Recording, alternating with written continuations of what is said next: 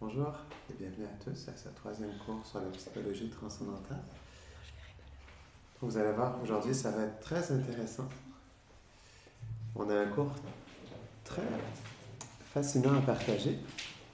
Pour ceux qui ont lu les notes, vous allez voir qu'il y a des éléments qui sont tellement merveilleux et ça nous montre vraiment qu'est-ce qui se passe en réalité dans notre vie de tous les jours, comment on peut toujours assister dans les interactions entre Krishna et son énergie.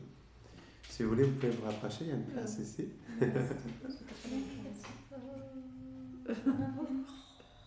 Si tu veux, Radha, tu peux t'asseoir ici. Non, il faut le gérer. Ah, non, il n'y a rien à gérer. C'est mieux dans la vidéo, en fait, quand sinon ça fait un trou dans l'image.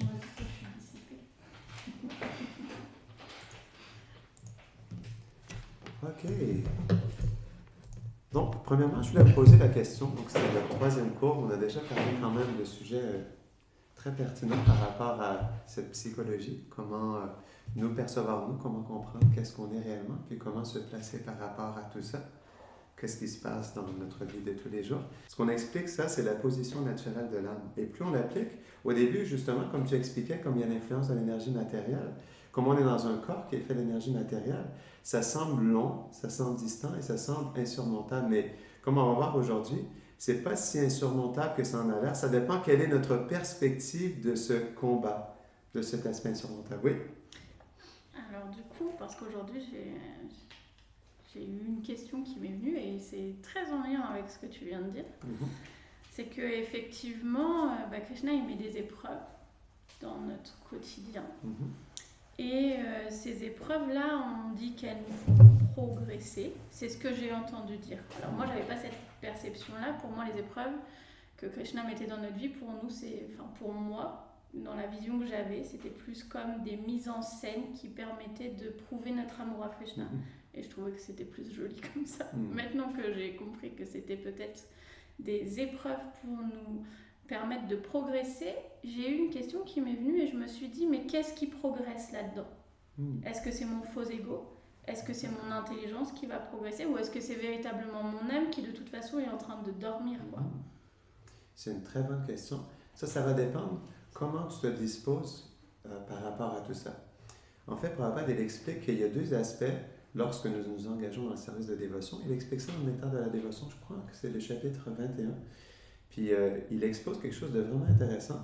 Il explique en fait qu'on peut s'engager dans le service de dévotion et ressentir une félicité dans l'application de la vie dévotionnelle, en pensant que c'est la félicité de la dévotion, mais que ce n'est en réalité que la félicité du faux ego. Et donc, on peut, Mère Devaki, dans son séminaire sur le faux ego, elle explique vraiment ça en profondeur, comment on peut, par exemple, chanter le Mahamantra, faire des kirtans, donner des classes, cuisiner, faire le puja, s'occuper des autres, non? Peu importe le service, en réalité.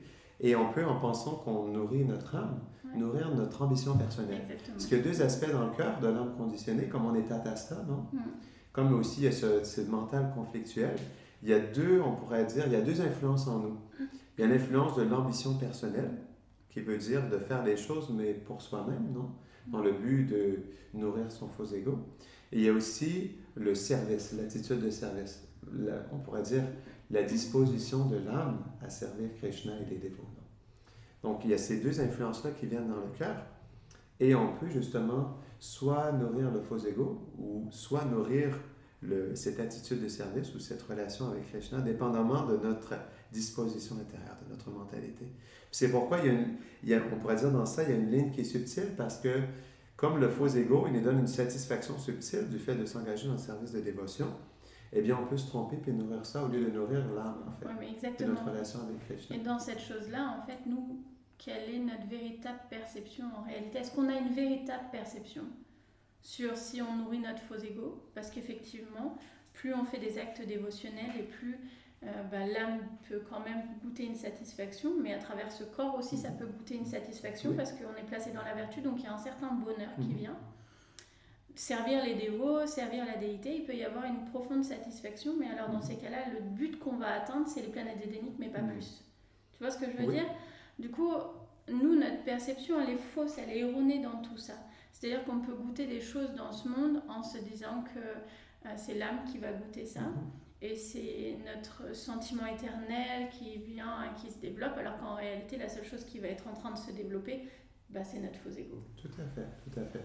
Donc c'est pourquoi en réalité, plus justement on analyse le faux ego, c'est pourquoi c'est important de parler du faux ego, parce que plus on analyse, plus on comprend ses symptômes, et plus on comprend comment ils nous affectent, et comment on peut trouver une satisfaction subtile en comprenant comment elle se manifeste, cette satisfaction, et plus justement ça devient possible pour nous de faire la différence entre est-ce qu'on nourrit le faux ego, l'ambition personnelle, ou est-ce qu'on nourrit la dévotion. En fait, ce qui est intéressant, c'est que lorsque l'âme s'éveille, elle commence justement à travers l'éveil de son intelligence, lorsqu'elle applique la connaissance dans sa vie, elle commence à discriminer, à voir la différence graduellement, non, de l'impact du faux ego et aussi l'éveil de l'âme dans tout ça. Et ce qui est expliqué dans le Srimad Bhagavatam, c'est que, en fait, le faux ego, c'est comme un âne dans le cœur qui veut aller au galop et qui veut se faire entendre. On sait que les ânes, moi j'ai souvent vu des ânes dans les différents pays où je suis allé, et c'est vrai, c'est beau milieu de nulle part. Je me rappelle, j'étais dans les montagnes en Équateur, et au beau milieu de nulle part, on entend un âne mais il est tout seul dans son coin, quoi. Il est tout seul, et pourtant, il chante, quoi, il veut se montrer, quoi, tandis qu'il est tout seul. Et donc ça, j'ai trouvé ça intéressant parce que quand je pense à ce verset-là, ça me rappelle cet âne que j'avais entendu justement. Et on peut voir dans notre propre vie cet âne qui veut se déployer dans notre cœur et qui veut prendre la place. Non? Et donc, ce qu'on peut voir à travers ça, c'est que plus l'âme s'éveille et plus elle trouve un goût dans l'attitude de service, dans le fait de servir les dévots, dans le fait d'avoir aussi un goût dévotionnel. Et puis, elle peut faire la différence parce que au début, il y a une satisfaction subtile du faux ego, mais à un moment donné, ça devient de plus en plus amer pour l'âme parce qu'elle réalise que c'est pas l'âme qui est nourrie, mais c'est le faux ego, tu vois. Et il y a comme une amertume dans le cœur qui est là. Et par exemple, une personne peut, parce qu'on est l'âme, on expliquait ça, non? On est l'âme qui est dans un corps avec des fonctions qui sont naturelles, mais qui s'expriment à travers l'énergie matérielle. Donc, par exemple, l'ego, le mental, l'intelligence. Et donc, comme ces choses, c'est pas que on a un ego différent, mais c'est que l'âme qui est recouverte par ces couches, bien, elle filtre et elle perçoit différemment à travers un ego différent, un ego qui est influencé par l'énergie matérielle. Bon. Et donc, c'est pourquoi, justement, donc pour l'âme, au début, il n'y a pas cette différence-là, mais plus l'âme s'éveille à travers la purification du cœur et aussi le fait de servir Krishna et ses dévots, par exemple, suivre les instructions du maître spirituel. Et à travers cette purification du cœur, à un moment donné, il y a comme une prise de conscience qui se fait où on devient, on pourrait dire, dégoûté en fait du fait de nourrir le faux ego. C'est ce que j'attendais que tu dises. Et ça devient quelque chose d'amer. Donc, plus justement on en est conscient et plus ça devient amer parce qu'on réalise réellement que c'est pas l'âme qui est nourrie, mais tout simplement juste le faux ego, puis c'est une satisfaction subtile. Mais ça devient plus une satisfaction pour l'âme qui s'éveille. Parce qu'elle réalise qu'en réalité, c'est pas elle qu'elle nourrit, c'est quelque chose de matériel. C'est une fausse identité, non? Parce que la satisfaction subtile, elle est du fait qu'on nourrit notre fausse identité. Et comme on est attaché à cette identité, il y a un plaisir qui vient de ça, il y a une félicité. Non? Comme par exemple, on accomplit le service de dévotion à travers cette voie, à travers ce corps. Par exemple, si quelqu'un joue du mridanga, puis il est fier de jouer du mridanga, mais il n'est pas les mains. Il n'est pas l'auteur du geste, c'est pas lui qui joue le mridanga, non? Mais s'il s'identifie à ça, à être le contrôleur du fait de jouer du mridanga, puis il veut attirer les autres en jouant du mridanga, c'est comme une énergie, le faux ego en fait. Ça se manifeste partout. Donc par exemple, s'il joue avec son faux ego parce qu'il veut se faire reconnaître par les autres, regardez à quel point je joue bien le mridanga, eh bien comme c'est une énergie, le faux ego, bien, ça va se manifester à travers ses doigts, puis la vibration qui va se manifester, peut-être que pour lui, ça va être du nectar, mais pour quelqu'un qui est sensible à cette réalité, ça va être du poison. Oui.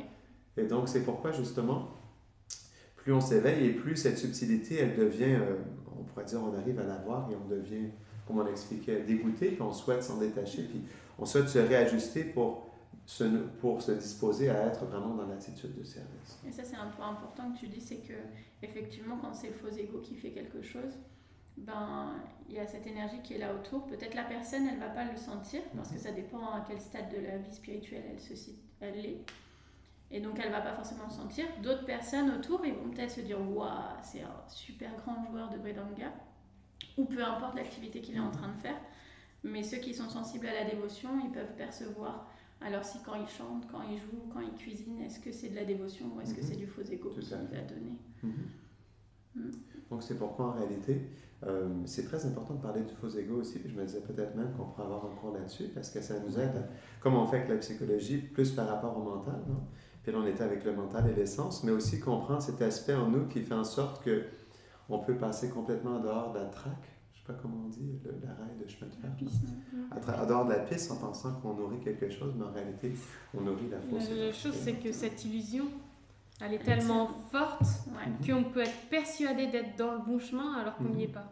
Ouais, mais ce qui est merveilleux avec Krishna, c'est que t'inquiète pas, il va venir et il va pile aller là où il faut pour pouvoir gratter cette chose. Mais des fois, il faut un temps, parce que si on résiste, parce que si on est vraiment persuadé, même si Krishna il vient, on va vouloir résister et essayer de dire non, je suis dans le bon chemin, je me suis pas trompée, parce que l'orgueil il est là en même temps. Mais t'inquiète pas, ça va revenir encore cycliquement et cycliquement et cycliquement. On pense qu'on est bien situé. Puis en réalité, un dévoué, il dit jamais qu'il est bien situé. Donc tant qu'une personne dit qu'elle est bien située, est-ce qu'elle y est pas? Elle y est. Donc en fait, comme tu expliquais, les tests de Krishna, c'est intéressant parce que plus en fait on a cette sincérité puis ce désir de devenir un Vaishnava, de développer l'attitude de service et l'humilité, et plus Krishna nous envoie des tests en réalité. C'est ça qui est intéressant. Je me rappelle, je vais vous donner un exemple personnel. C'était dans un festival au Temple de Montréal, à ISKCON Montréal. Et c'était un Janmashtami, il y avait 400 personnes dans la salle. Et c'est moi qui faisais le kirtan. Et je me rappelle, je jouais à l'harmonium et j'ai eu un sentiment de fierté parce que la salle était remplie. Et je me suis senti fier de faire le kirtan à ce moment-là. Et pendant que je jouais Krishna, il m'a fait me tromper dans les notes et du coup, je me suis complètement perdu. Et j'étais complètement humilié. Et c'est là que ça a été une belle leçon pour moi parce que j'ai réalisé en fait que Krishna me montrait qu'à travers cette fierté, je faisais quelque chose qui n'était pas bien, qui était contre l'attitude de service en réalité. Et Krishna, il m'a montré tout de suite, non? Donc c'est ça qui est intéressant, comme tu disais, si on désire, ça c'est ça qui est intéressant. Si on désire être recouvert, Krishna va nous recouvrir davantage. Et si on désire la pure dévotion, Krishna va nous envoyer des tests pour nous aider à mais des fois, on développer croit désirer la pure dévotion. Du coup, on croit qu'on a développé cette pure dévotion. Mais en fait, c'est pas ça. Comme on dit, c'est comme deux plantes qui sont comme identiques. On est persuadé qu'on est en train d'arroser la bonne plante. Et en fait, c'est ça qui est difficile. C'est que des fois, on peut être persuadé qu'on est en train de s'occuper de la bonne plante, mais c'est pas le cas. C'est pour ça qu'on reste sous la guidance d'un maître spirituel. Exactement. C'est pour ça qu'on doit rester humble aussi et pas se dire que moi j'ai réussi, moi je vois, moi je... Tout à fait. En fait, c'est intéressant ce que tu dis. Devamrita Maharaj, il expliquait par rapport à un dévot qui souhaite développer de l'amour pour Krishna. Même par exemple, les Vaishnavas qui font la pure dévotion pour Krishna, ils ne se disent jamais qu'ils ont d'amour pour Krishna. Oui, c'est ça. Ils pensent toujours qu'ils n'ont pas d'amour pour Krishna en réalité. Non?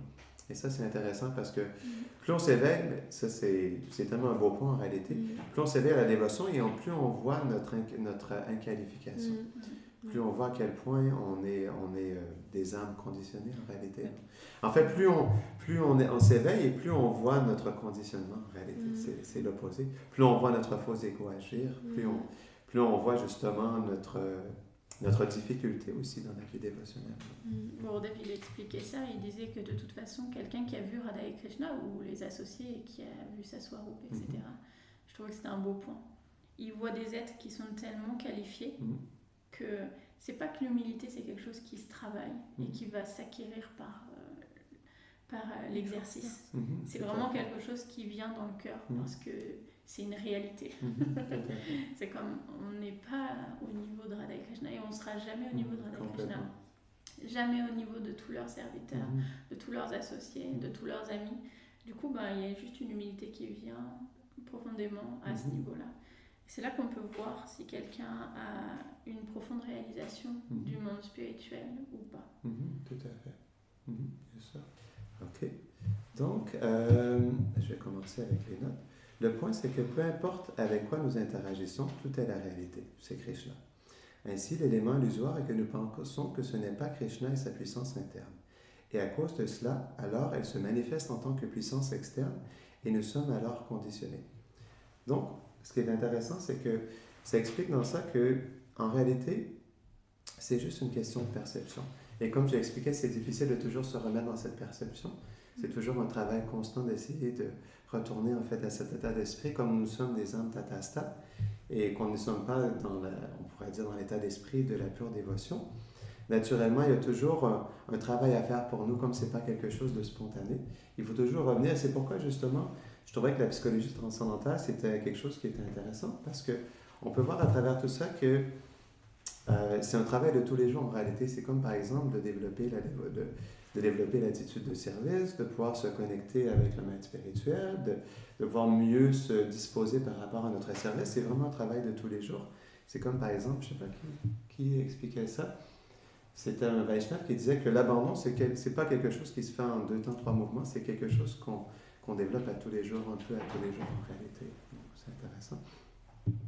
Donc, ce qui est intéressant dans tout ça, c'est que en réalité, c'est tellement une question de perception, mais pour nous, c'est comme nous mettons tellement l'emphase sur le conditionnement parce que nous sommes habitués à vivre avec le conditionnement que ça devient quelque chose de prédominant en réalité. Puis on va le voir un peu plus tard dans les notes, vous allez voir.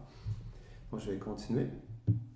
Nous n'aimons pas forcément le percevoir simplement parce que nous aimons nous mettre en avant. Donc notre illusion devient l'élément principal.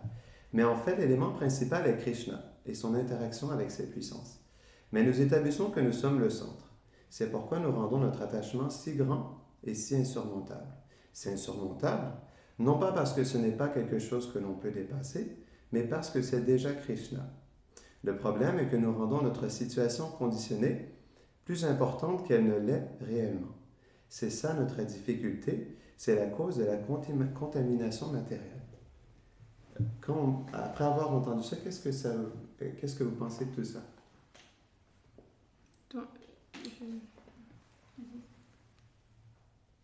La cause de la difficulté, c'est qu'on pense que c'est nous, alors qu'en fait c'est Krishna, mais si c'est Krishna, c'est encore plus insurmontable. Je sais pas, ou j'ai pas bien compris. Oui, c'est insurmontable, non pas parce que ce n'est pas quelque chose que l'on peut dépasser, mais parce que c'est déjà Krishna. Donc si on voit Krishna, eh ben, on n'a plus besoin de le dépasser puisque c'est déjà Krishna. Exactement. Donc est-ce que c'est un combat en réalité? Non. C'est une question de vision. C'est une question de vision. De vision, tout à fait. Parce que c'est intéressant ce point-là. Je vais le relire. C'est pourquoi nous rendons notre attachement si grand et si insurmontable. C'est insurmontable non pas parce que ce n'est pas quelque chose que l'on peut dépasser, mais parce que c'est déjà Krishna. Donc, on pense pour nous, parce qu'on est dans cet esprit que nous sommes conditionnés et que nous sommes influencés par ce conditionnement, que c'est quelque chose d'insurmontable parce que on pense que ça nous appartient. On pense qu'on est en contrôle de ce conditionnement. On pense que ça vient de nous, puis on pense que c'est généré de nous, parce que c'est cette mentalité, non? En fait, la perspective, là où on est erroné, c'est le « je » et le « mien ».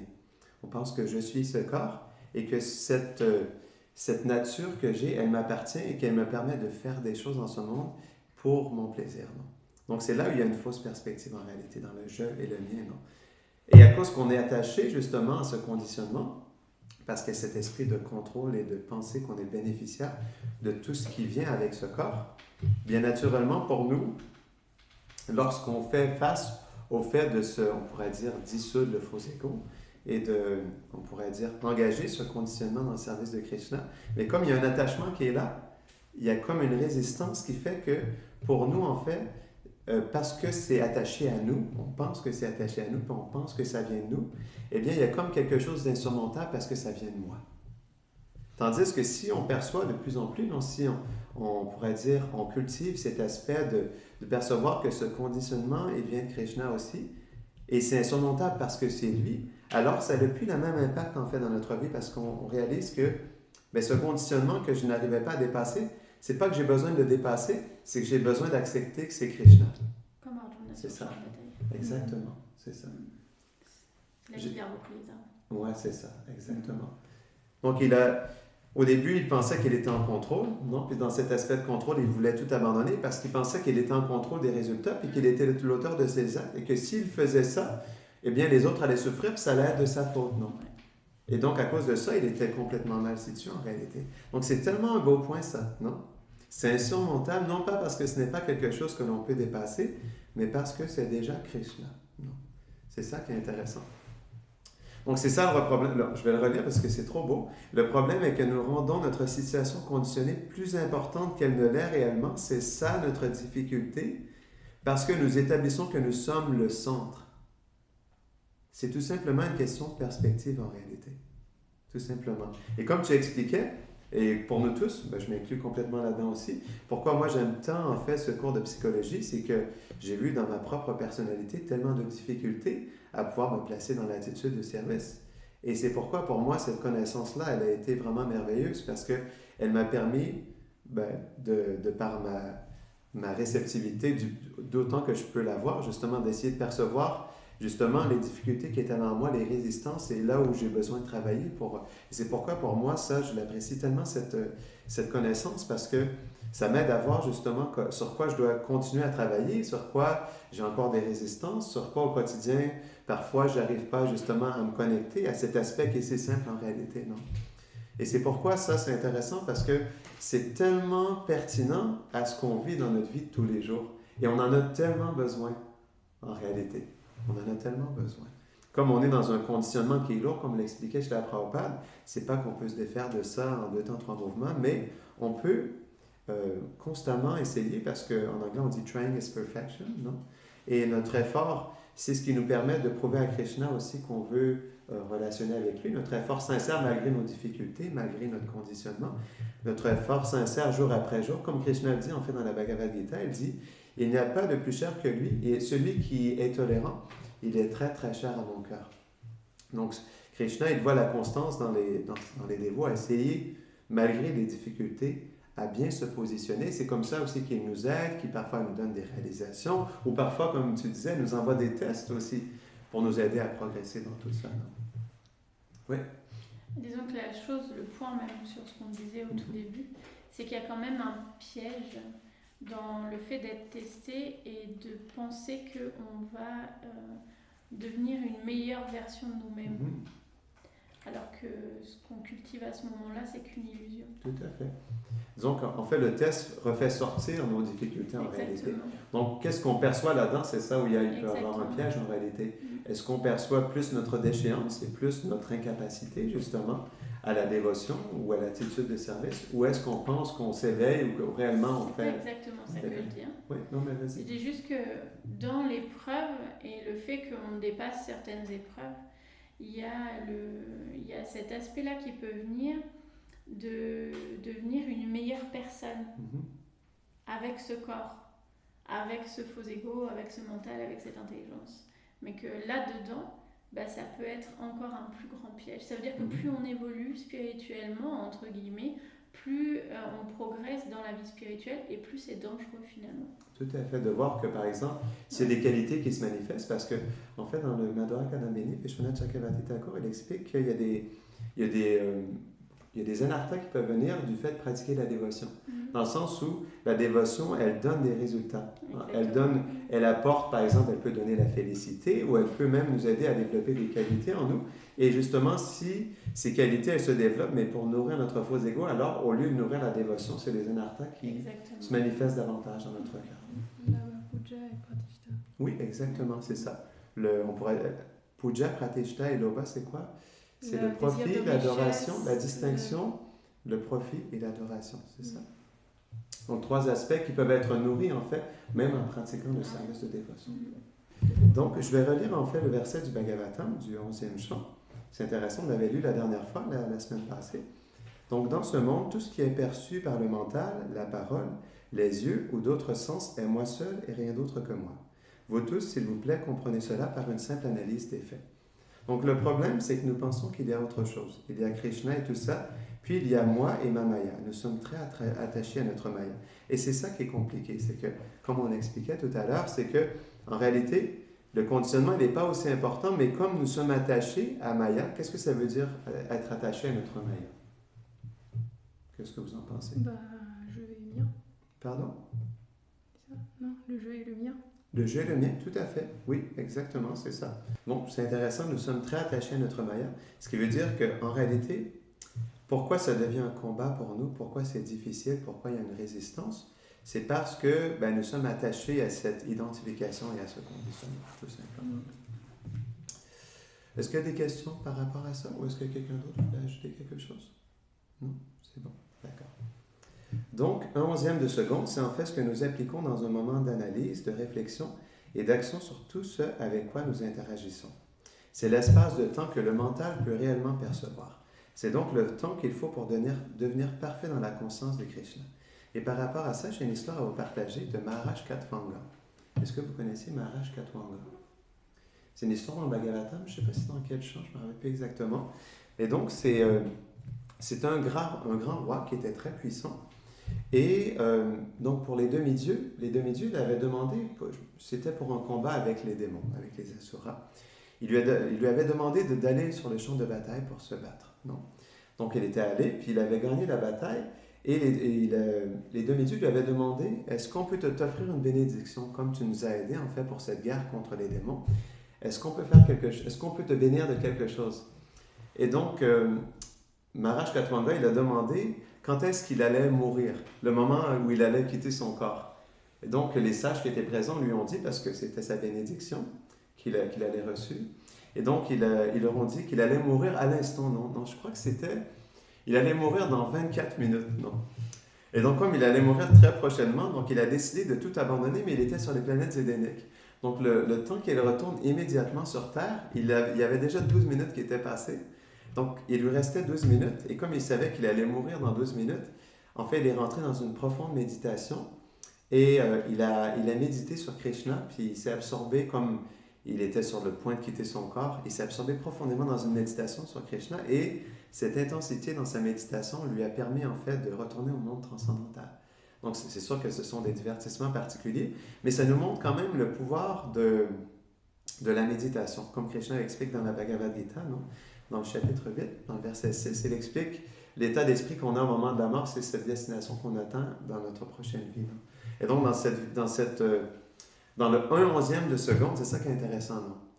Dans le 1/11e de seconde, Maharaj Katwanga, il était en mesure, en réalité, de méditer sur Krishna et de s'absorber dans le souvenir de Krishna. Et ça a été sa qualification, en réalité, pour ensuite atteindre la demeure de Krishna. Non? Donc, c'est pourquoi le 1/11e de seconde est intéressant, parce que dans 1/11e de seconde, on peut complètement, on pourrait dire, s'absorber dans l'illusion, ou comme tu expliquais, on pourrait aussi nourrir notre faux ego, mais aussi dans 1/11e de seconde, on pourrait se redisposer et être dans l'attitude de service. Tout ça dans 1/11e de seconde.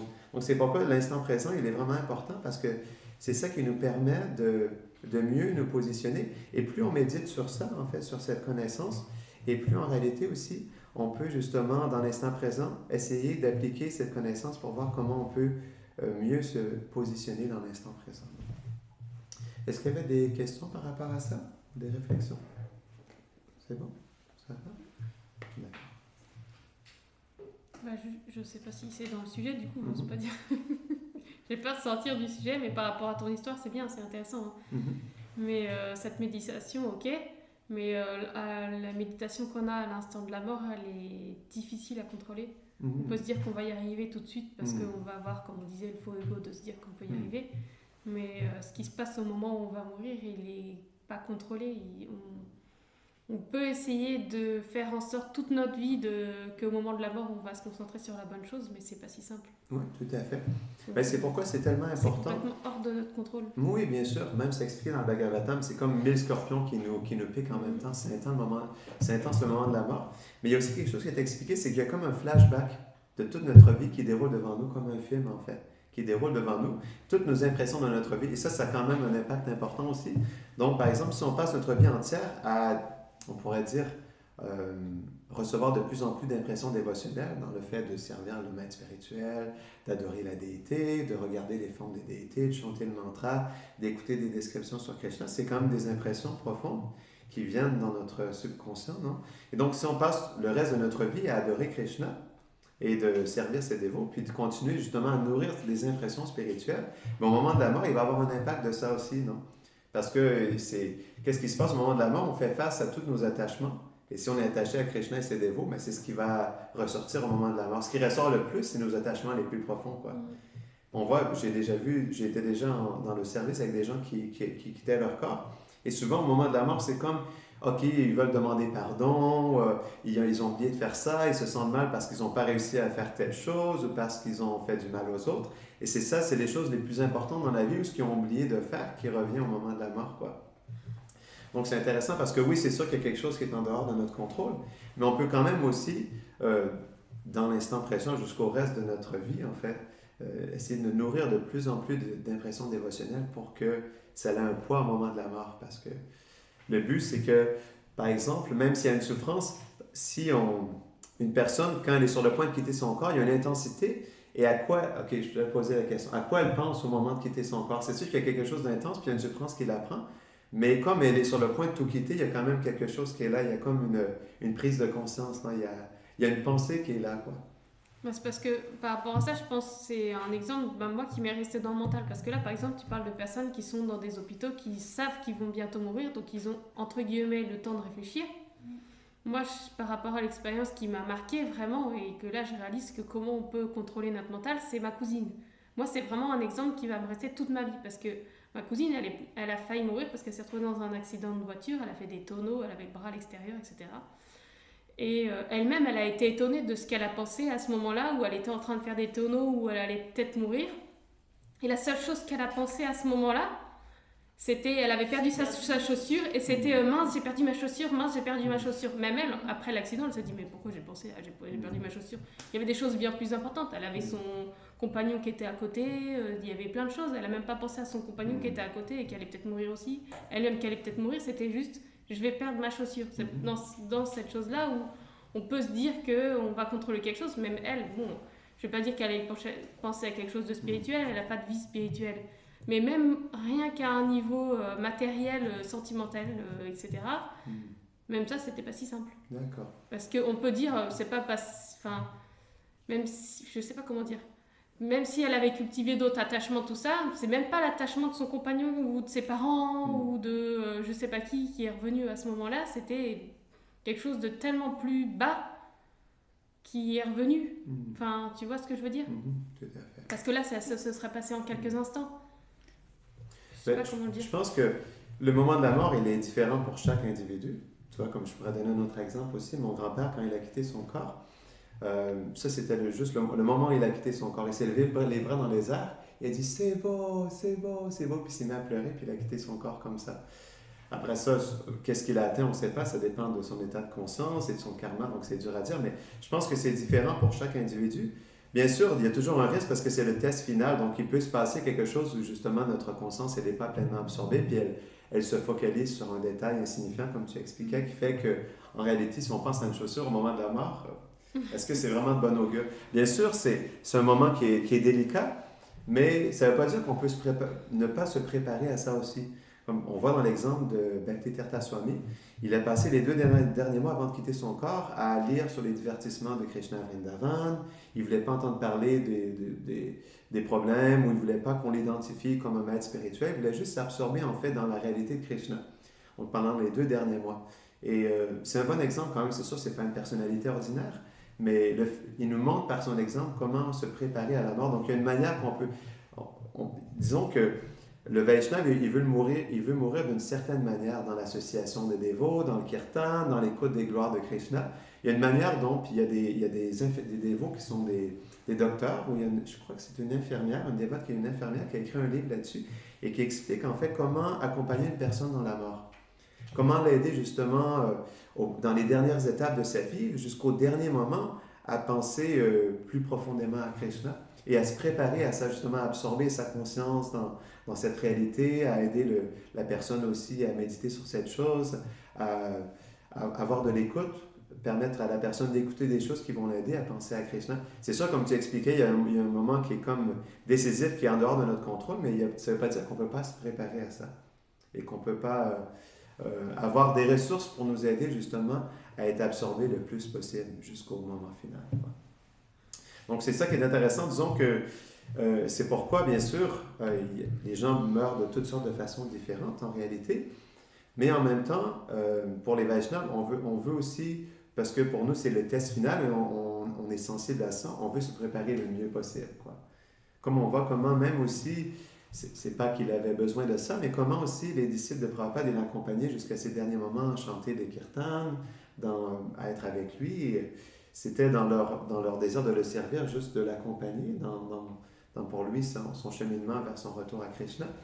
Mais c'est un beau moment qui était privilégié entre Prabhupada et ses disciples. Et ce qui est intéressant là-dedans, j'avais fait un séminaire, pas un séminaire, c'était une retraite sur le Saint-Nom. Le swami qui avait donné la retraite, il avait expliqué que de tous les kirtans qu'il avait fait, le kirtan le plus puissant qu'il avait fait, c'était lorsque une famille chante avec la personne qui est sur le point de quitter son corps et qui chante le Mahamantra, en fait, pour accompagner la personne qui est sur le point de quitter son corps. Il disait qu'il y avait une intensité et une profondeur tellement profonde qu'il n'avait jamais expérimenté auparavant. Parce qu'il y a une sincérité qui est là, il y a l'accompagnement des proches, il y a la personne qui est sur le point de quitter son corps et qui veut aussi s'absorber dans Krishna. Donc, il expliquait qu'il y avait quelque chose de très sacré dans ça et de très de bon augure, en réalité. Donc, ce que tu dis est intéressant, ça nous pousse à nous-mêmes, justement, à voir comment on peut, justement, à ce moment-là, se préparer pour qu'on ait tous les outils à notre portée, de la meilleure association possible, avec les meilleures vibrations possibles pour pouvoir, justement, se préparer à ce test final, en réalité. Et avant que ça se passe, dépendamment de chaque personne, ben, de se préparer pour le reste de notre vie à nourrir intensément ces impressions dévotionnelles pour pouvoir le plus possible être connecté à Krishna jusqu'au dernier moment. Est-ce qu'il y avait autre chose par rapport à ça? C'est bon? Est-ce que vous voulez rajouter quelque chose? Non? Ça va? OK. Donc on va continuer. Parce qu'il est la création, nous sommes absorbés dans la création. Et ensuite, nous pensons que notre contrôle sur cela est autre chose. C'est la difficulté. Krishna est la création. Il est tout ici entre lui-même et sa puissance interne. Donc, on avait expliqué, je pense qu'on avait abordé ce point-là la dernière fois, qu'en réalité, il y a Krishna et il y a sa puissance interne. Puis en réalité, Krishna, il est l'origine de tout. Sa puissance, c'est elle qui manifeste toutes les choses dans ce monde. On pourrait dire que ce monde, c'est l'énergie de Krishna, non? C'est l'énergie interne de Krishna. C'est juste que pour nous, elle se manifeste comme l'énergie externe. Mais même entre Krishna et son énergie, tout ce qu'il y a entre, c'est aussi Krishna, quoi. Et c'est ça qui est intéressant, c'est que pourquoi nous sommes autant absorbés dans ça? Pourquoi est-ce que nous sommes autant absorbés dans la création? En réalité. Ce qu'on disait justement, c'est parce que Krishna il est la création. C'est pourquoi on est autant absorbé dans la création. C'est parce que c'est Krishna. C'est ça la réalité. Et c'est ça le point positif, ça reste toujours Krishna. C'est juste notre mentalité qu'il faut justement mieux placer pour pouvoir mieux percevoir Krishna dans tout ça. C'est ça la différence. Non? OK, donc il y a un autre verset que je vais lire par rapport à ça. Bien que n'existant pas dans la réalité, cette manifestation de transformation créée à partir du mode de la passion apparaît réelle parce que la vérité absolue, auto-manifestée et auto-lumineuse se manifeste sous la forme de la diversité matérielle des sens, des objets des sens, du mental et les éléments de la nature physique. Donc ça, c'est vraiment intéressant parce que, donc, nous, on voit des choses qui ont été créées, puis on n'arrive pas à associer que ça vient de Krishna en réalité, non. Mais cette diversité matérielle des sens, ben, ça vient de Krishna. C'est ce qu'on va expliquer dans le prochain verset, vous allez voir. Dans le 6e chant, ça c'est le chapitre 19, verset 13. Ça c'est un verset qui m'a beaucoup touché, c'est très beau. Mère Lakshmi qui est ici est le réservoir de toutes les qualités spirituelles, alors que tu manifestes et jouis de toutes ces qualités. En effet, tu es le bénéficiaire de toutes choses. Tu vis en tant que l'âme suprême de tous les êtres vivants, et la déesse de la fortune est la forme de leur corps, de leur sens et de leur mental. Elle a aussi un saint nom et une forme, tandis que tu es le support de tous ces noms et formes et la cause de leur manifestation. Donc, c'est vraiment intéressant. Ça montre, en fait, ça explique plus en détail qu'est-ce que cette énergie. Non? Donc, c'est expliqué que Lakshmi, dans ce verset-là, il explique qu'elle est le réservoir de toutes les qualités spirituelles. Et Krishna, lui, il est le sacrifice. Puis dans le verset précédent, ça explique un peu plus en détail. Mon Seigneur, tu es le maître de l'énergie et donc tu es la personne suprême. Tu es le sacrifice personnifié. Lakshmi, la personnification des activités spirituelles, est la forme originelle d'adoration qui t'est offerte, alors que tu es celui qui jouit de tous les sacrifices. Donc là, ça donne vraiment, ça définit vraiment bien qu'est-ce que Krishna et qu'est-ce que sa puissance interne. C'est expliqué que la puissance interne de Krishna, en fait, elle est l'activité spirituelle. Elle est la forme originelle d'adoration qui t'est offerte. Donc en réalité, qu'on en soit conscient ou pas, tout en ce monde, parce que c'est Lakshmi, et sa fonction c'est d'adorer, elle est la forme originelle d'adoration. Et ce qui est expliqué dans le verset précédent, que en fait, la déesse de la fortune est la forme de leur corps, de leur sens et de leur mental. elle a aussi un seul nom et une forme, tandis que tu es le support de tous ces noms et formes et la cause de leur manifestation. Donc Lakshmi, en fait, elle est toujours dans son service à Krishna, mais nous, on pense que c'est quelque chose de différent. Et c'est pourquoi il y a le karma qui se manifeste. Nous, on avait parlé de ça, je pense, dans le premier cours. Prabhupada, il expliquait, les réactions karmiques, elles viennent lorsqu'on est attaché au fruit de nos actions. L'action intéressée, donc. Et c'est à ce moment-là que, pourquoi il y a une réaction karmique? Parce qu'on agit indépendamment. Oui, exactement, c'est ça. Parce qu'on est dans l'action intéressée, non? On fait quelque chose, mais parce qu'on est on est dans cette fausse position qu'on est Krishna, qu'on est le contrôleur et le jouisseur. Et à cause de ça, mais naturellement, on est à l'encontre de la fonction naturelle de Lakshmi. C'est pourquoi, en fait, l'énergie matérielle nous punit à travers le karma et les modes de la nature. C'est pourquoi cette énergie, qui pour Krishna n'est pas l'énergie externe. Krishna, quand il interagit avec son énergie, c'est toujours l'énergie interne. Krishna, il est jamais en interaction avec l'énergie matérielle. Ça, c'est avec nous. C'est la même énergie, non? C'est exactement la même énergie, mais pour nous, lorsque nous nous disposons dans une certaine mentalité qui devient pour nous l'énergie externe. Ça, c'est intéressant. Pour Krishna, lui, il n'est jamais, on pourrait dire, en dehors d'une relation avec son énergie non, suprême, qui est Radharani, ou dans ce verset-là qui est expliqué Lakshmi. Mais Lakshmi Narayan, on pourrait dire dans leur origine, c'est Radha et Krishna, donc c'est le même principe, non? Mais ce qui est intéressant dans ça, c'est que, en fait, ce qui se passe tout le temps, à chaque instant, dans l'interaction entre Krishna et son énergie, ben, il se passe toujours la même chose. Lakshmi, comme sa fonction, c'est d'adorer, et que chaque chose qu'elle manifeste le corps, les sens, le mental, elle manifeste tout. Eh bien, toutes ces choses, comme elles viennent de Lakshmi, leur fonction, c'est de porter une adoration particulière au Seigneur, à Krishna. Et donc, Krishna, lui, sa fonction, comme c'est expliqué dans le 2e verset, il est le maître de l'énergie et il est le sacrifice personnifié. Qu'est-ce que ça veut dire, ça, le sacrifice personnifié? On entend souvent ça, qu'on doit accomplir un sacrifice, mais comment comprendre que Krishna, il est le sacrifice personnifié? C'est-à-dire que c'est lui qui incarne le sacrifice, c'est ça? Oui, en fait, ce que ça veut dire, c'est qu'il est cette fonction de recevoir, en fait. Oui. De recevoir l'adoration. C'est ça, le sacrifice. Il est dans cette fonction de recevoir cette adoration, en fait, de Lakshmi. C'est ça qui est intéressant. Le sacrifice, il est le sacrifice personnifié, ça veut dire il est celui qui reçoit, en fait, l'adoration. Il est la source du sacrifice. Donc, il est le sacrifice personnifié dans le sens où... C'est le bénéficiaire. Il est le bénéficiaire, c'est ça, de ce sacrifice. Ce sacrifice, c'est quoi? C'est Lakshmi qui adore le Seigneur pour son plaisir, ça c'est le sacrifice. Et lui, il est le sacrifice personnifié dans le sens où... Quel est le but du sacrifice? Krishna. C'est Krishna. Parce que le but de tous les sacrifices, quand on comprend un sacrifice, même dans les Védas, c'est ça, hein? Les sacrifices, c'est l'adoration du Seigneur suprême quand même. C'est sûr que c'est fait avec des motivations intéressées, avec l'action intéressée, pour atteindre les planètes éléniques. Mais le but, le sacrifice, ça reste toujours Vishnu. On offre quelque chose à Vishnu. On adore le Seigneur suprême à travers le feu, à travers le fait de chanter des mantras, de lui offrir le ghee, non? Ça, c'est un sacrifice, c'est une adoration, non? Donc, c'est intéressant. C'est toujours ça qui se passe en réalité. Mais nous, on conçoit que c'est pour nous. On conçoit qu'on est le sacrifice en réalité. Et c'est ça le problème. Et on pense, parce qu'on est dans cette position d'être le sacrifice personnifié, on pense que tout ce qui est là est fait pour nous adorer nous. Et c'est ça le problème en fait. C'est ça le problème numéro 1, c'est que en réalité, tout ce qui se passe, c'est l'interaction entre Krishna et Radha, entre Lakshmi et Narayan, puis nous, on veut se mettre on veut prendre la position de Krishna en pensant que c'est pour nous et qu'on est le sacrifice, que tout ça c'est pour nous en réalité. Et c'est là le problème de toutes les âmes conditionnées. C'est qu'ils n'arrivent pas à percevoir que le sacrifice, c'est Krishna, et que chaque chose dans ce monde, c'est Lakshmi qui manifeste quelque chose pour adorer Krishna. C'est beau, non? Donc, c'est pourquoi Srila Prabhupada donne la définition de Maya, ce qui n'est pas Krishna. Parce qu'à travers ça, c'est vraiment beau, ces 2 versets-là, parce que ça nous montre à quel point, peu importe ce qu'on voit, peu importe ce qui est fait et perçu, c'est toujours à l'interaction entre Lakshmi et Narayan. Et c'est pourquoi on doit le percevoir comme tel. Et aussi, où est-ce qu'on se situe dans ça? C'est ça qui est intéressant.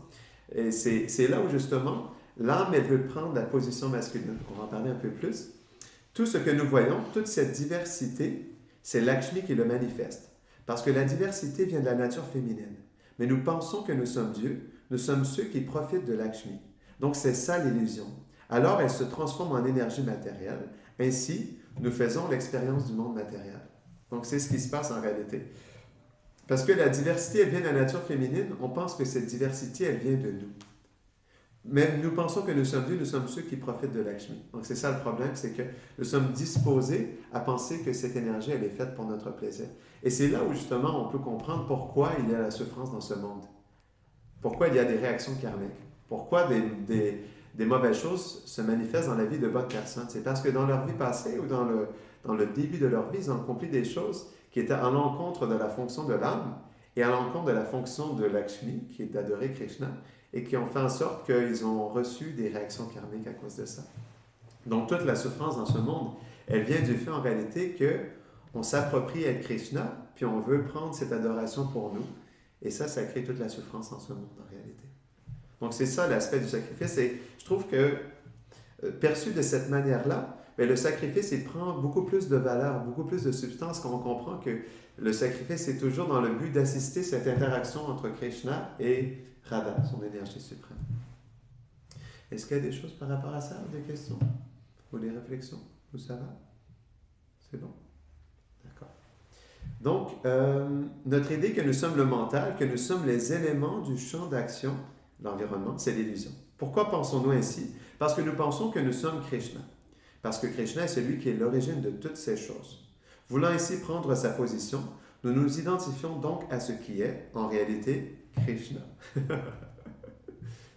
Et donc, c'est bien de se remémorer, puis on pourrait dire qu'il y a des choses qui se répètent, mais en réalité, c'est tellement important pour nous parce que, comme on est justement, on est tellement dans l'habitude, comme on explique, on est tellement spontané dans notre absorption dans l'illusion qu'on n'a pas du tout cette spontanéité à relationner avec Krishna, ou plutôt de se positionner comme un assistant pour assister à l'interaction entre Krishna et son énergie.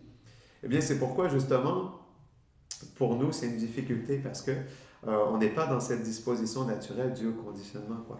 Et c'est ça qui est intéressant. Plus on réfléchit là-dessus, plus on médite là-dessus, et plus on prie Krishna, parce qu'on peut le prier, de nous aider à devenir des assistants, parce que c'est selon sa volonté, parce que c'est lui qui est le souvenir, la source du souvenir et de la connaissance. Donc c'est toujours, et la source de l'oubli aussi. Donc c'est toujours lui qui en fait qui donne ça en réalité. Donc le but de ce cours, c'est de méditer là-dessus, d'apprécier que c'est Krishna, puis de prier Krishna aussi de nous aider à appliquer ça dans notre vie pour qu'on puisse réellement l'appliquer dans notre vie au quotidien, quoi. Donc en fait, il ne s'agit pas de lutter avec le mental, il s'agit de comprendre ce que fait le mental, ce qui se passe vraiment. Donc qu'est-ce qui se passe? C'est que le mental, à cause du désir qui est contaminé, ben, il pense que les choses sont pour lui, puis il agit de cette manière dans ce monde. Donc, si nous ne sommes pas dans la conscience pure, alors nous serons dans l'état d'éveil contrôlé par la vertu, l'état de rêve contrôlé par la passion, ou l'état de sommeil profond contrôlé par l'ignorance. Mais la conscience pure imprègne tout cela. Non? Donc ça, c'est intéressant, c'est que en réalité, ces différents états, ce n'est pas des états de l'âme. L'état d'éveil, le fait qu'on soit éveillé, ce n'est pas un état de l'âme. Ou le fait qu'on soit endormi, ce n'est pas un état de l'âme. C'est des états d'éveil ou de sommeil qui sont influencés par, on avait expliqué, non, les différentes incarnations de Krishna, mais qui nous poussent à avoir différents états de conscience. Mais là où justement, on pourrait dire la différence entre un âme conditionnée et un pur dévot du Seigneur, le pur dévot du Seigneur, comme il est dans la conscience pure, mais dans tous ses états, il est toujours conscient de Krishna. Il est toujours absorbé dans Krishna, tandis que nous, quand on s'endort, est-ce qu'on s'absorbe dans Krishna ou on s'absorbe dans le tamas, dans l'ignorance? Est-ce que notre sommeil nous absorbe dans Krishna? C'est ça la différence. Et ça, c'est intéressant parce qu'on peut prier Krishna aussi de nous aider justement à, même dans le sommeil, à essayer de se souvenir de lui. Rester connecté avec lui même dans le sommeil parce que c'est au-delà de notre, on pourrait dire, notre contrôle. Parce que lorsqu'on s'endort, ben, l'âme, comme il y a cette disposition d'être dans un sommeil profond, l'âme, elle vient comme dans pas une neutralité, mais une certaine inactivité en quelque sorte. C'est pas qu'elle est inactive, mais elle est plus neutre à ce moment-là, quoi. Donc, de prier Krishna, de nous aider, et même à ces moments-là aussi, le moment du sommeil, de rester conscient de lui, parce que c'est intéressant, l'état d'éveil ou de sommeil, c'est pas l'âme. C'est toujours un même état en réalité pour l'âme. C'est toujours un état de rêve, parce que l'âme, elle n'est pas cet état d'éveil ou de sommeil. Elle est l'âme avec sa conscience, tout simplement. Est-ce qu'il y avait des questions par rapport à ça? Ou des réflexions comme ça? C'est bon? D'accord. OK. Mais parce que nous ne travaillons pas sur la plateforme de la pure conscience, nous sommes alors affectés par les gunas, les modes de l'énergie matérielle, alors l'illusion continue. Donc c'est ça le point, c'est que comme il y a justement, comme nous ne sommes pas dans une pure conscience, eh bien l'énergie matérielle à travers les modes de la nature, elle continue à nous affecter puis à nous influencer, quoi. Mais c'est pourquoi justement la prière elle est importante, parce que on dépend de Krishna pour le souvenir de sa personne et on dépend de lui pour la connaissance sur lui aussi et sur ce qui se passe. Donc le 1/11e de seconde, le fait qu'on puisse se souvenir de Krishna, ça vient de Krishna ça aussi, parce qu'il est la source du souvenir et de la connaissance. Donc c'est pourquoi le fait d'essayer de se souvenir de Krishna ou d'être conscient de ses interactions, ça dépend de Krishna aussi. Donc cette application de cette connaissance, elle se fait dans la disposition à vouloir servir Krishna et vouloir se rapprocher de lui et de le prier dans ce sens-là aussi. C'est comme ça qu'il sera plus réceptif à réciproquer avec nous, toujours dans sa volonté. Donc c'est un transfert de conscience, c'est juste l'identification du je et le mien qui change. Mais l'environnement reste le même. Non? Donc c'est ça le point. On avait expliqué le point, comme tu avais expliqué tout à l'heure, hein, le problème c'est vraiment l'identification du je et le mien. Donc c'est juste un transfert de conscience. Tout reste la même chose, c'est toujours l'interaction entre Krishna et ses énergies. Il y a juste notre conscience qui change. Les actions, on continue à manger, on continue à dormir, on continue à respirer. Mais qu'est-ce qui change dans tout ça? C'est que notre conscience, elle veut être plus sensible à ce qui se passe en réalité dans le 1/11e de seconde. Parce que ça, c'est le moment magique où on peut, dans l'instant présent, tenter avec toute notre sincérité puis notre disposition à essayer d'être conscient de Krishna à ce moment-là puis de ce qui se passe en réalité. OK, donc juste pour revenir là-dessus, Narayan est le sacrifice et Lakshmi est la personnification des activités spirituelles. Ainsi, toutes les choses ici sont une manifestation de Lakshmi, toutes les activités sont une manifestation de Lakshmi. Alors, toutes les activités sont censées être engagées dans le service du Seigneur parce que c'est ce qui se passe en réalité, c'est ce que fait Lakshmi. Non? Elle fait son service. Et c'est pourquoi c'est tellement beau cette connaissance, parce que après ça, c'est une belle méditation où on souhaite juste en réalité assister Lakshmi dans ce qui se passe. On ne veut pas aller à l'encontre de ça. Aller à l'encontre de cette énergie, de s'approprier cette énergie, d'essayer de la contrôler pour nous, parce qu'on réalise que c'est Lakshmi. Et donc, plus on médite là-dessus et plus on souhaite honorer en fait Lakshmi, plus on souhaite être sensible et délicat par rapport à ce corps, par rapport à cet environnement, par rapport aux autres, essayer d'être le plus disposé possible pour essayer d'être dans cette disposition d'être un assistant. Donc, si nous changeons cette illusion en réalisant que je suis le serviteur du serviteur de Krishna, alors l'illusion s'arrête. Ça, c'est Prabhupada qui expliquait ça. Non, ça c'est autre chose. Mais un peu plus loin, Prabhupada parle un peu du même principe. Non. L'illusion existe simplement parce que nous sommes très dogmatiques ou très fanatiques dans le fait d'imiter Krishna. C'est ça le problème. On est fanatique au maximum dans le fait d'imiter Krishna. Ça, c'est intéressant, non? Ça, c'est là notre fanatisme le plus important, quoi. On est vraiment intense dans ça, puis on met tout notre cœur dans ça, on met toute notre valeur et toute notre importance dans ça aussi. Et c'est pourquoi ça devient quelque chose d'insurmontable. Parce qu'on met toute notre valeur, toute notre importance, puis on met ça comme la chose prédominante. La chose prédominante, c'est Krishna. Mais pour nous, la chose prédominante, c'est pas Krishna, c'est Maya.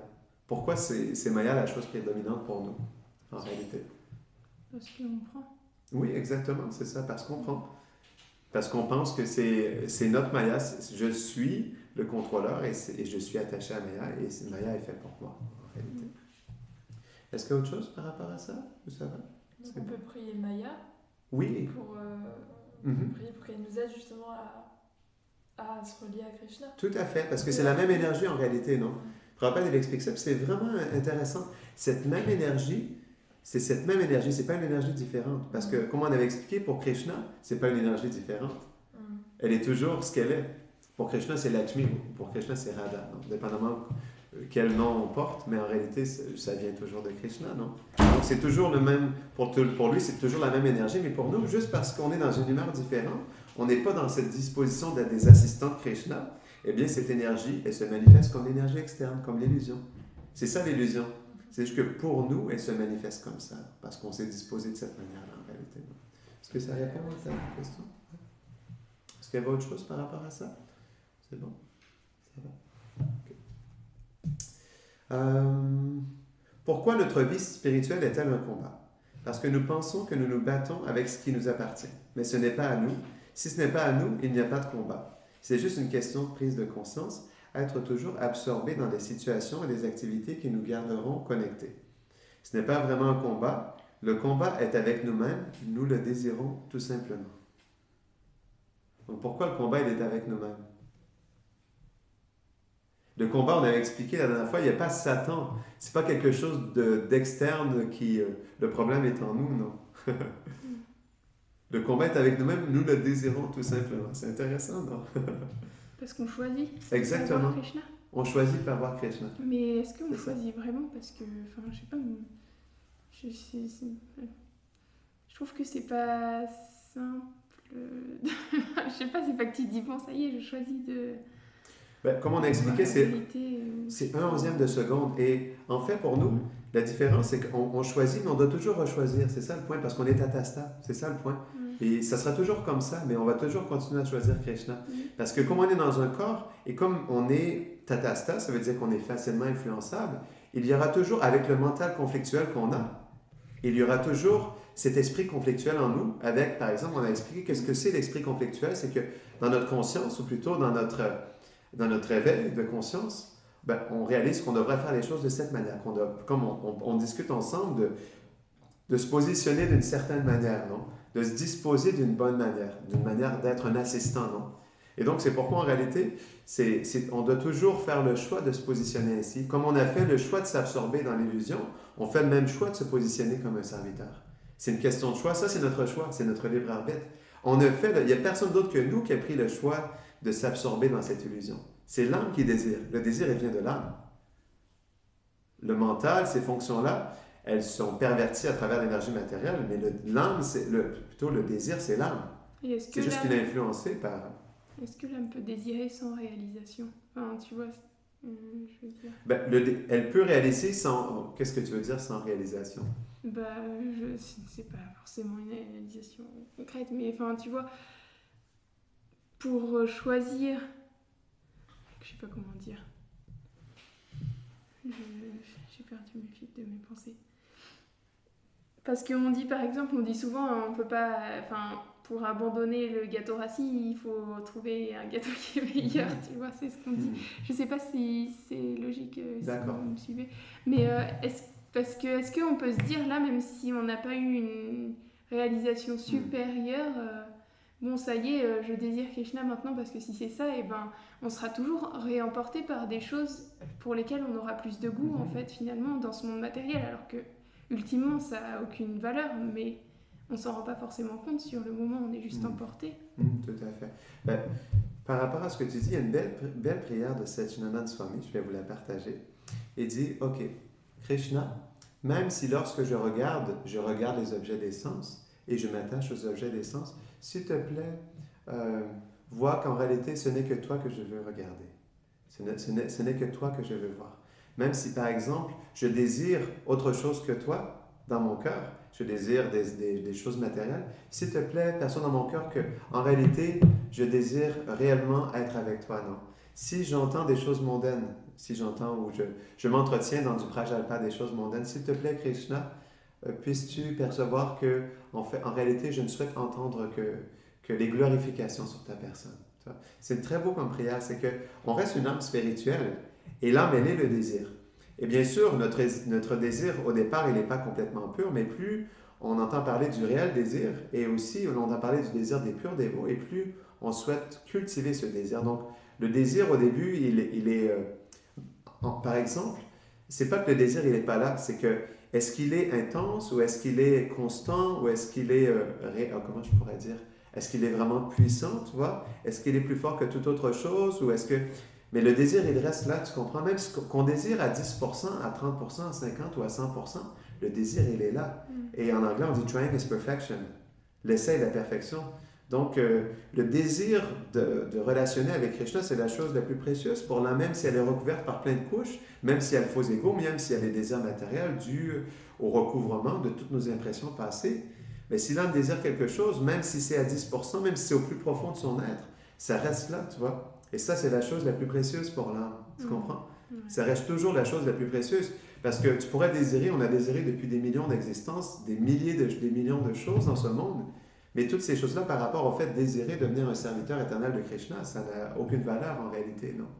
Donc c'est pourquoi, bien sûr, c'est comme l'abandon. L'abandon, c'est pas que ça se fait en un jour. Le désir, il se cultive, non? Il se nourrit, il se peaufine en méditant sur les désirs purs des associés éternels de Krishna, qui sont descendus en ce monde, qui nous ont montré par leur propre exemple, qui ont chanté à travers leur chant comment désirer Krishna, comment vouloir relationner avec lui, comment se disposer par rapport à lui aussi, dans la bonne attitude, dans l'humilité, non? Dans la tolérance, dans Trinadapi Sunichina, non? Donc tout ça, même si le désir, par exemple, je comprends ce que tu dis. Il y a le désir qui est là, mais il y a d'autres désirs qui sont là, puis comment je peux comprendre que je désire réellement en réalité? C'est ça, non? Eh bien, comment savoir? C'est que tu es toujours là aujourd'hui. Sans ça, tu serais parti. Si tu avais eu des désirs plus forts que Krishna, tu serais parti. Comment savoir que je désire vraiment, mais comment être sûr? Enfin, je sais même plus. C'est que tant que t'as pas eu un... Enfin, t'es susceptible de te faire emporter. Ah, d'accord, bien sûr. Bien sûr, t'es susceptible, mais ça n'enlève pas le désir. Ça n'enlève pas le désir, tu vois. Oui. Même si t'es susceptible, on reste atasta, c'est ça le point, on reste atasta. On a toujours un esprit conflictuel. On peut être autant influencé par l'énergie... Par exemple, OK, plus on prend refuge des dévots, du maître spirituel, du temple, des activités dévotionnelles, plus on prend refuge de l'énergie spirituelle. Mais ça ne veut pas dire qu'on ne peut pas continuer à être influencé par l'énergie matérielle. On peut complètement s'absorber dans l'énergie matérielle aussi. Donc, bien sûr, à tout moment, on peut tomber en réalité parce qu'on est atasta. Mais ça ne veut pas dire que le désir, il n'est pas là. C'est ça le point. Oui. Et l'intensité du désir, ça dépend de l'éveil de l'âme. Ça dépend du niveau de dévotion qu'elle a, bien sûr. Mais il est toujours là. C'est comme, par exemple, Vishwanath Chakravarti Thakur, il explique que le préma, ça commence à Shraddha. C'est le premier niveau de la dévotion. L'amour de Dieu commence au tout début de la dévotion. Dans le sens où c'est pas préma, c'est l'ombre de préma, quoi. Donc c'est pas du tout, c'est juste l'ombre de préma, mais il y a quand même, tu vois, c'est expliqué qu'il y a une expérience de félicité dans l'accomplissement du service de dévotion parce qu'il y a une ombre de préma qui est là, qui fait qu'on expérimente quelque chose, même à notre petit niveau, tu vois. Parce que il y a la présence de Krishna, même à notre petit niveau. C'est pourquoi quand on cultive, on développe la foi à travers le processus de la dévotion, de lire les textes Vaishnava. Ben, naturellement, il y a une foi qui se développe en nous qui nous inspire à désirer servir Krishna. Donc, on avait expliqué ça. Je crois que c'est dans le nectar de la dévotion, Prabhupada a fait le point que, en fait, la dévotion elle commence réellement quand on a le désir dans notre cœur de servir Krishna. C'est à ce moment-là que la dévotion elle commence réellement. Rupa Goswami il explique ça dans le nectar de la dévotion, tu vois. On a le désir de servir Krishna. C'est à ce moment-là qu'on peut dire que la dévotion elle commence. On pourrait dire, après ça peut être défini, on pourrait dire la dévotion en pratique. La pratique de la dévotion commence, quoi. Pas la pure dévotion, mais au moins, il y a quelque chose qui commence à partir, ça commence à être interactif, à être dynamique. Quand on désire, il y a un désir sincère dans notre cœur de servir Krishna. Et c'est là que ça commence. Et donc, ça commence pour ceux qui souhaitent servir Krishna, tu comprends? Après ça se peaufine avec le temps, bien sûr. Mais le désir, il est là. Sans ça, s'il n'y aurait pas le désir de servir Krishna, ben on aurait fait autre chose. Bien sûr, ça ne change pas le fait qu'on peut toujours tomber à chaque instant parce qu'on est atasta. Mais ça n'enlève pas le fait que le désir, il est là, tu vois. Tu comprends? Est-ce que vous voulez rajouter quelque chose? Ça va? C'est bon? Tu veux dire quelque chose? D'accord. Lalita, c'est acquis? C'est bon? Ça va? Est-ce que ça te va? C'est bon? D'accord. OK. On avait parlé déjà de Satan dans le dernier cours. Ben, il est déjà 7h17. Est-ce qu'on arrête ici? Ça va? C'est bon, on pourra arrêter ici. Parce qu'on a déjà fait, il reste 4 pages de notes de cours, donc je pense qu'on va arrêter ici. Est-ce qu'il y avait des questions, des réflexions avant qu'on termine? C'est bon? OK. Hare Krishna, Krishna Krishna, Hare Hare, Hare Rama, Rama Rama, Hare Hare. Jai Nitai Gaura Premanande. Hare